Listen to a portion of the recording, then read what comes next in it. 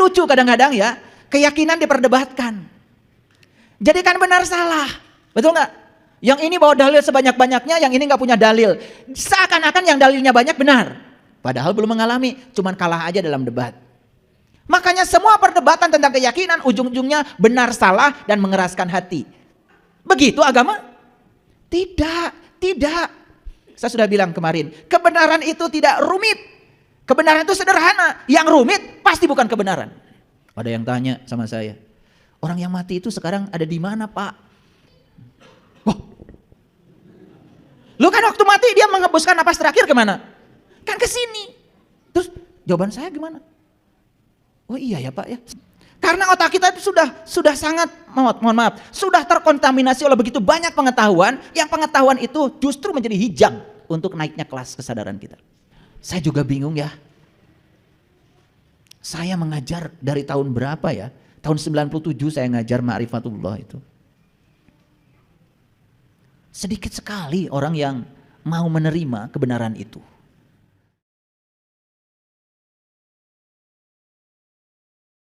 Al-Kahfi surat ke-18 ayat 54. Walaqad syarabna fi hadzal Qur'an linnas min kulli masalin. Ulangan yang tadi lagi. Dan sesungguhnya kami telah mengulang-ulang bagi manusia dalam Al-Qur'an ini bermacam-macam perumpamaan. Kemudian wa kanal insan aksaru syai'in jadala. Dan manusia adalah makhluk yang paling banyak membantah. Jadala, jidal itu berdebat. Makanya lucu kadang-kadang ya, keyakinan diperdebatkan. Jadikan benar salah, betul nggak? Yang ini bawa dalil sebanyak-banyaknya, yang ini nggak punya dalil. Seakan-akan yang dalilnya banyak benar, padahal belum mengalami, cuman kalah aja dalam debat. Jadala itu jidal itu debat. Jadi lucu. Keyakinan itu jangan diperdebatkan. Cari cara supaya kamu yakin. Kumaha carana? Bukan berdebat. Berdebat itu omong kosong. Makanya semua perdebatan tentang keyakinan ujung-ujungnya benar salah dan mengeraskan hati. Betul? Yang merasa ilmunya banyak merasa menang. Yang tidak punya ilmunya merasa kalah. Begitu agama?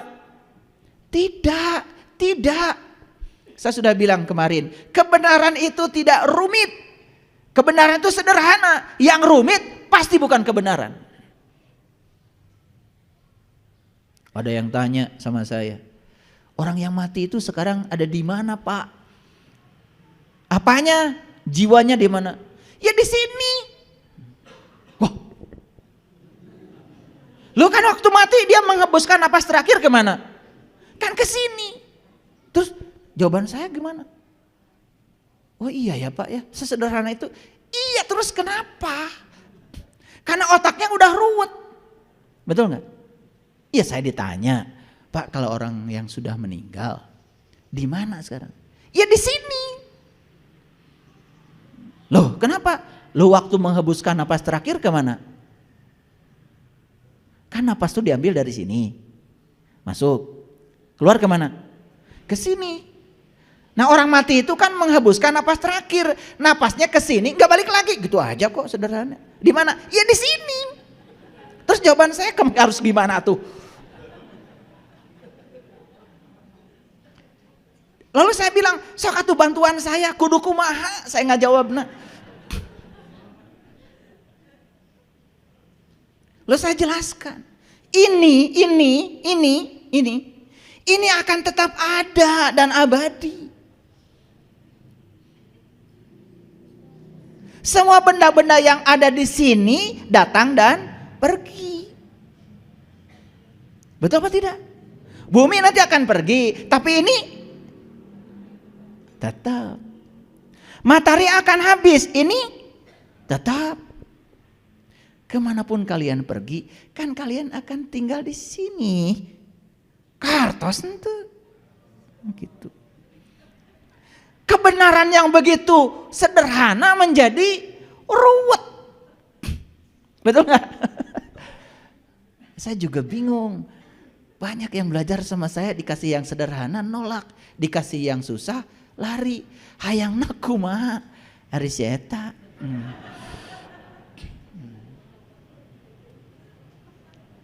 Sesungguhnya kami telah mengulang-ulang dalam Quran ini bermacam-macam perumpamaan. Dan manusia adalah makhluk yang paling banyak berdebat. Gitu maksudnya sebetulnya di ayat ini. Ini yang dipakai bahasanya aksaro. Aksaro itu bukan sedikit loh. Kasiro itu di atas 75%. Kasiro kebalikan dari kata kolil. Kalau kolil itu sedikit sekali. Kalau kasiro banyak sekali. Kebanyakan manusia sukanya berdebat. Ya kalian kan model-modelnya begitu. Bikin seminar, debat. Debat spiritual, tong datang.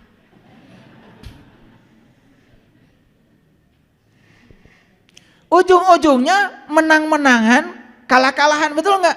Buat so abrok itu dalil. Buat apa? 1 ton kata-kata tidak ada artinya dibanding 1 ons pengalaman. Begitu kata Mahatma Gandhi. Mendingan saos tapi ngalaman daripada 1 ton tapi hanya kata-kata. Buat apa? Masih ingat penjelasannya kemarin? Masih ingat?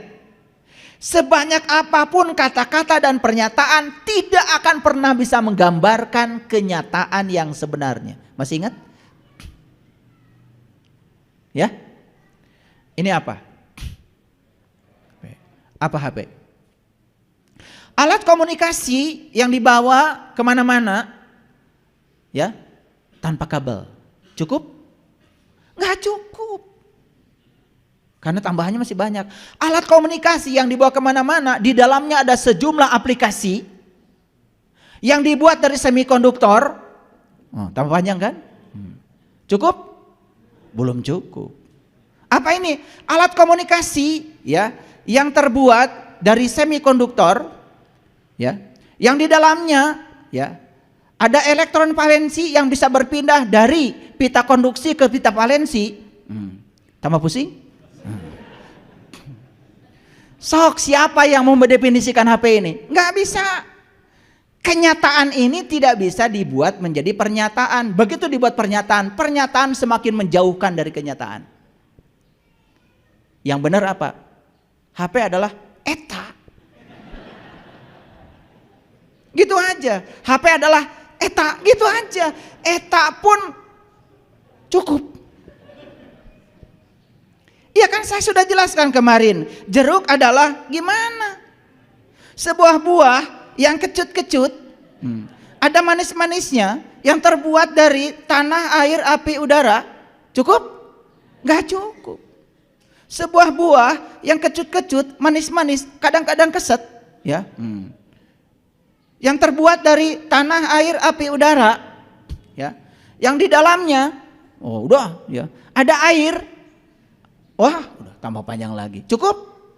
Sepanjang apapun tetap nggak cukup. Mana jeruk? Eta. Jadi kenapa kita lebih tertarik dengan orang yang banyak ngomong?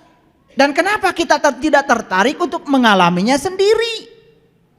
Allah adalah ya Allah. Berani-beraninya mendefinisikan Allah.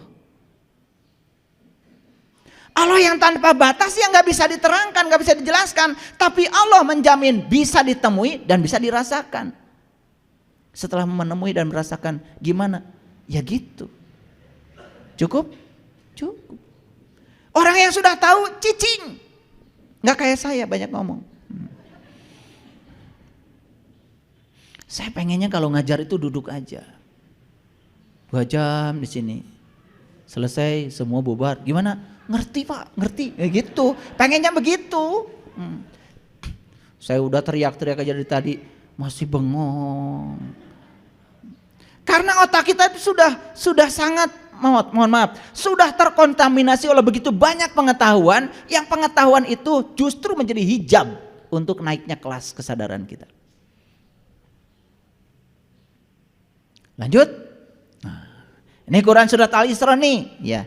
Walaqad sarafna linnas fi hadzal Quran min kulli masalin. Diulang lagi. Dan sesungguhnya kami telah mengulang-ulang kepada manusia dalam Al-Quran ini tiap-tiap macam perumpamaan. tapi kebanyakan manusia tidak menyukai kecuali mengingkarinya.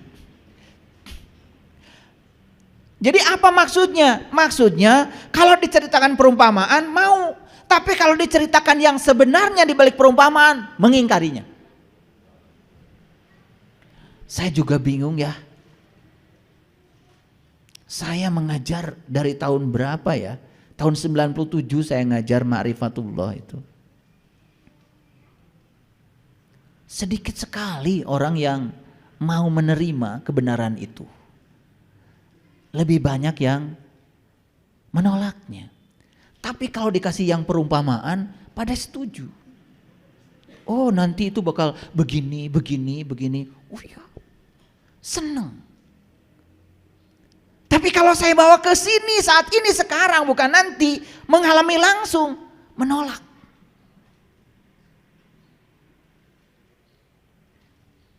Ada yang salah dalam cara kita berpikir. Coba perhatikan. Semua ayat Quran tadi selalu akhirnya kan menegasikan. Coba, aku berikan dalam Quran itu berbagai macam perumpamaan, tapi kebanyakan manusia tidak berpikir.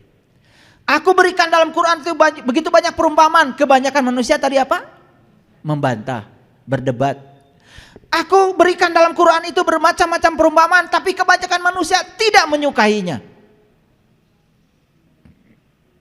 Jadi Allah sudah ngasih gambaran, kalau kebanyakan begitu artinya yang menyukai yang sebenarnya berarti cuman sedikit.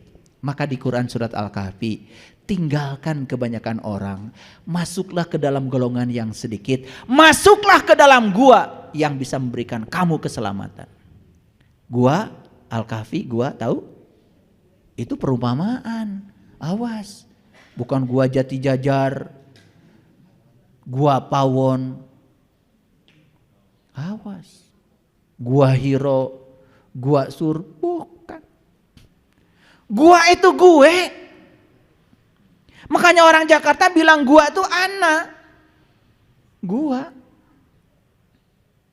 tuh dari sini ke atas.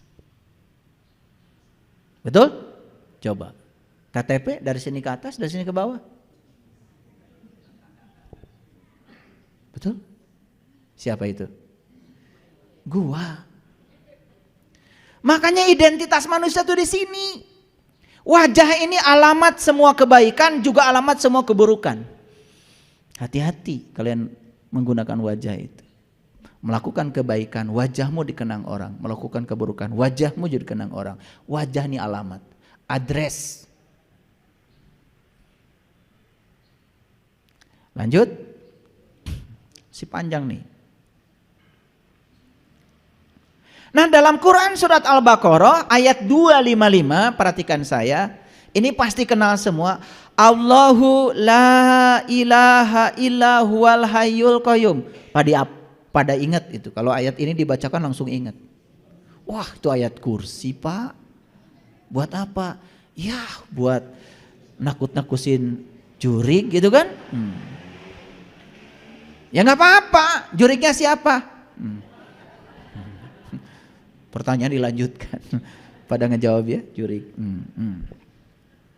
Allahu Allah, la ilaha, tidak ada dia, illa, kecuali dia, hayyu, yang selalu hidup, qayyum, dan selalu terjaga.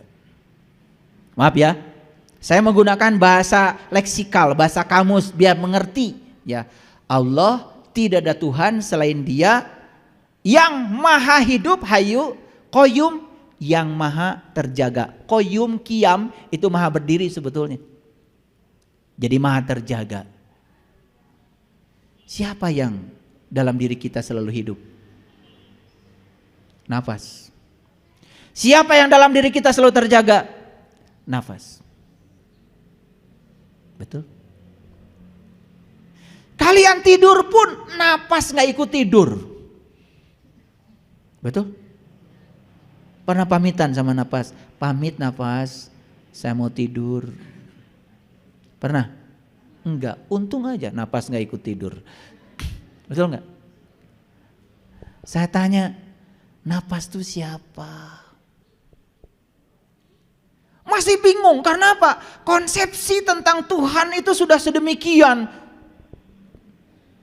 terparadigma di otak kita. Dia tuh seakan-akan suatu sosok gitu yang tinggal di sana. Keberadaan dia dalam diri kita yang mewujud sebagai napas, pinjaman kehidupan, yang tidak pernah tidur, gak pernah ngantuk, itu saja tidak pernah disadari. Dekat gak Allah? Apa wujudnya? Nafas.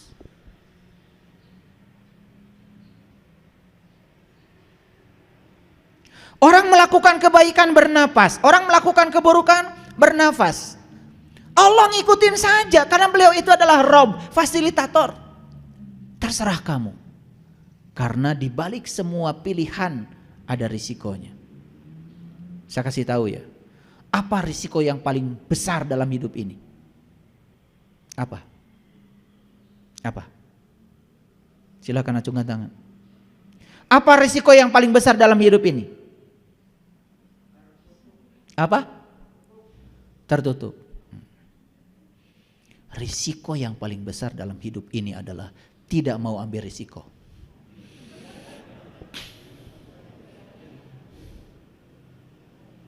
Betul nggak? Kalian tuh kalau ditanya muter jawaban kemana-mana. Risiko yang paling besar dalam hidup ini adalah tidak mau ambil risiko. Itu risiko yang paling besar. Dan semua orang yang tidak ambil risiko pasti nggak berbuat apa-apa, bukan? Mau dagang takut rugi, betul? Mau belajar takut pinter, betul nggak? Iya. Mau bisnis takut kaya, betul apa tidak? Iya. Mau ngaji takut sesat, belum ngerti udah menilai orang. Ya. Semua orang yang tidak mau mengambil risiko apapun, hidupnya tidak akan mengalami kemajuan. Dan semua orang-orang hebat di semesta ini adalah orang-orang yang berani mengambil risiko dari sebuah pilihan hidupnya. Jadi kalau saya tanya, apa risiko yang paling besar dalam hidup? Tidak mau ambil risiko. Itu aja susah. Tertutup lagi jawabannya.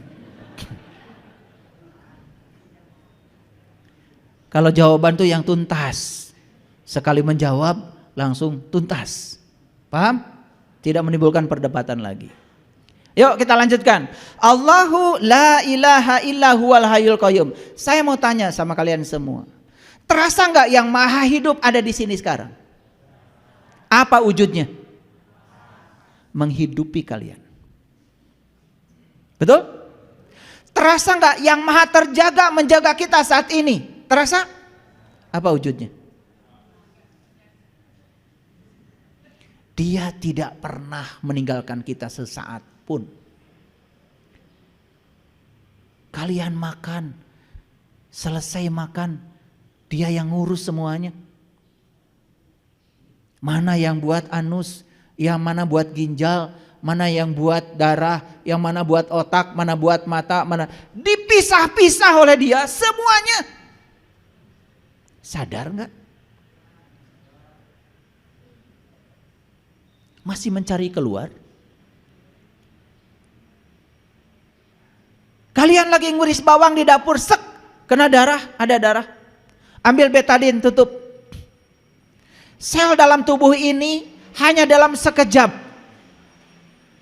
melakukan aktivitas dengan kecerdasannya, menguntai diri untuk menghentikan darah dulu.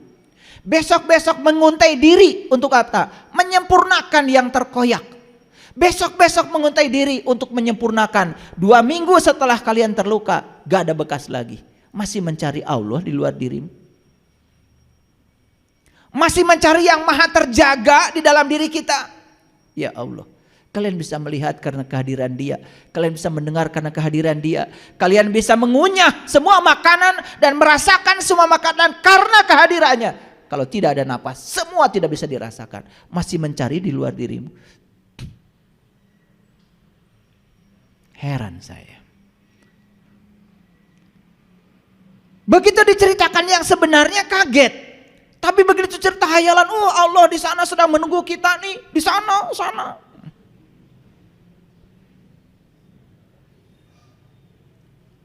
Karena sudah terparadigma, otak kita sudah terbentuk seperti itu.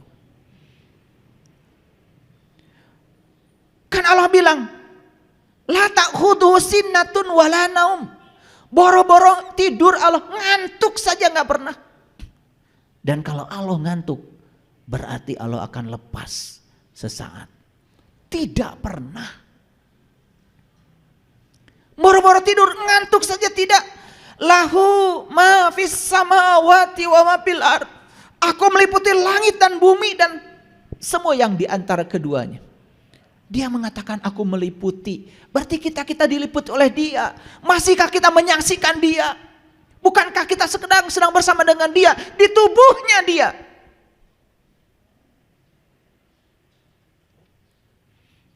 Kalau ikan masih menanyakan di mana garam, wajar karena dia tidak sadar. Padahal dia hidup di laut.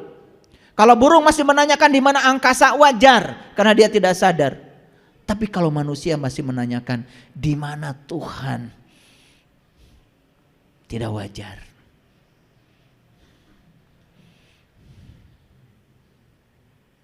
Man zalladzi yashfa'u indahu illa biizni ya'lamu ma baina aydihim wa ma khalfahum wa la yuhituna bi syai'in min ilmihi illa bima syaa. Wasi'a kursiyuhu samawati wal ard. Kursi. Apa kursi? Kursi itu siloka dari kekuasaan. Wasi'a kursiyuhu samawati wal, kekuasaannya meliputi langit dan bumi. Itulah hebatnya yang Maha Kuasa. Semakin dia berkuasa, semakin dekat dengan yang dikuasainya. Terasa nggak kuasanya Allah pada diri kita? Kalian sekarang bisa menggerakkan tangan, kuasa siapa? Kalian bisa membuka kacamata, kuasa siapa? Kalian bisa memasakkan kancing, masuk ke lubang kancing, kuasa siapa? Itu bukti bahwa kursinya, kuasanya meliputi langit dan bumi. Itulah bedanya kuasa Allah dengan kuasa manusia. Manusia jadi RT masih gampang ditemui. Mulai jadi lurah susah. Jadi camat tambah susah. Jadi bupati tambah susah. Jadi gubernur tambah susah. Makin banyak ringnya. Hesek panggijeng saya. Makin tinggi jabatan manusia, makin jauh dari yang dikuasainya. Beda dengan Allah, makin maha kuasa, justru kemahakuasaan Allah, Allah semakin dekat dengan yang dikuasainya.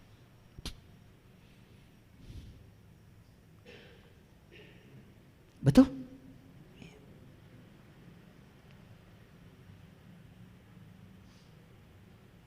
Saya punya murid wali kota. Mau ketemu dia, susah. Harus lewat ajudan. Lucunya ajudannya lebih wali kota daripada wali kota.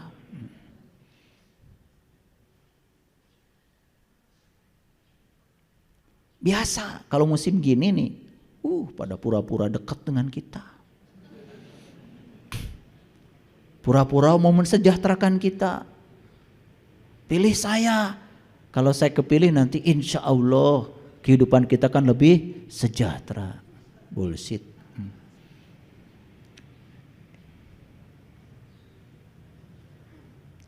Ya saya bukan sedang menceritakan siapa-siapa. Saya cuma menceritakan bedanya kekuasaan Allah dengan kekuasaan manusia. Allah tuh makin berkuasa malah makin dekat dengan yang dikuasainya. Manusia makin berkuasa makin jauh dari yang dikuasainya. Kenapa? Itulah keterbatasan manusia. Kekuasaan manusia itu 5 tahun. Paling juga 10 tahun. Kekuasaan Allah tanpa batas. Tapi lucunya, lebih banyak manusia yang suka pada yang punya kuasa singkat. Dipuji-pujinya, didekati-dekatinya. Betul? Subhanallah. Kenapa kita tidak mencari yang abadi? Kenapa? Gantungkan diri kita kepadanya. Jangan gantungkan pada siapapun, apalagi yang punya kekuasaan sesaat. Damai. Kita tidak terjebak dukung-mendukung. Mau memilih, memilih saja, namanya pesta demokrasi. Tapi tidak konyol dukung-mendukung. Apalagi harus berantem karena mendukung. Yuk kita jaga NKRI ini. Kita jaga persaudaraan kita.